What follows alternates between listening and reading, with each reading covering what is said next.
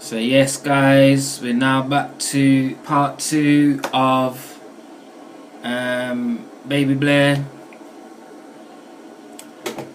And where is the next part? So, Napoleon Hill's words.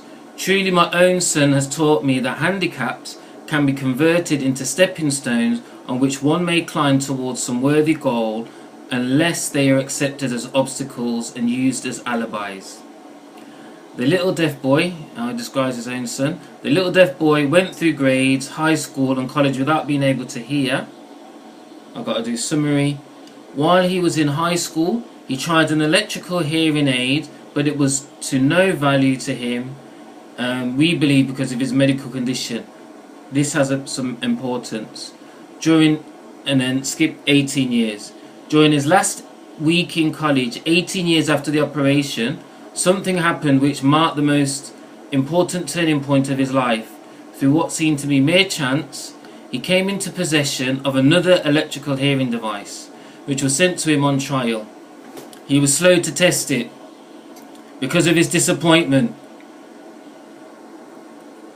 with a similar device. He picked up the instrument and more or less carelessly placed it on his head, hooked up the battery, boom! For the first time in his life, he heard practically as well as any person with normal hearing. Because Napoleon Hill's a religious guy, so whatever your higher power, God, universe, God moves in mysterious ways. He performs his wonders to perform. Overjoyed through the changed world which he had been brought to him, he rushed to the telephone. Guess who he called? Mommy or Daddy? Yeah, you know it. Mommy.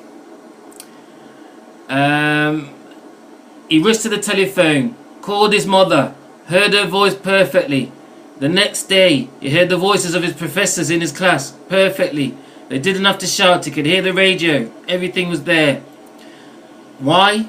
We had refused to accept nature's error, and by persistent desire, we had induced nature to correct the error through the only practical means possible. There's a bit more to go, bear with me. Where are we? He was so enthusiastic about describing his experiences, he sent a letter to the people that gave this revolutionary hearing device. Something in this letter, something perhaps which was not written in the lines but at the back of them, caused the company to invite him to New York. When he arrived, he was escorted through the factory with the chief engineer. Guess what happened?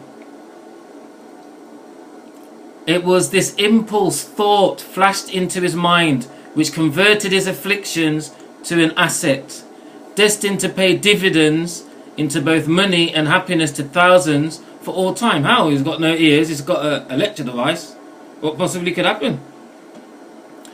Then and there, he reached a decision to devote the remainder of his time to render useful service to the hard of hearing.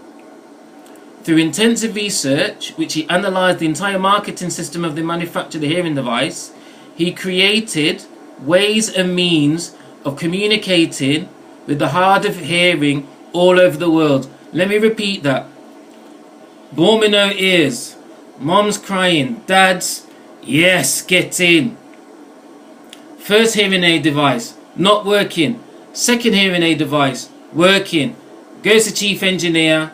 Goes to him, gets this idea. Hey, I've got a piece of paper right here. Let's go and be international world leaders in a hearing aid device. We're using a system, we work together. International, not national, international. He wants to serve the world. He hasn't got time to be doing no local, national, international.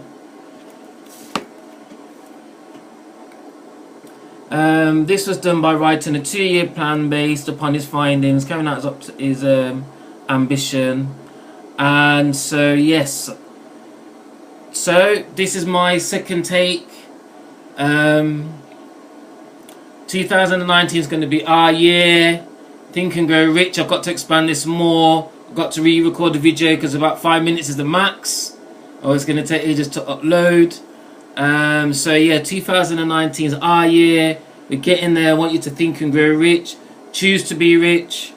And we're going to work on, if you even choose to be rich, how do we be ready to be rich? Alright then.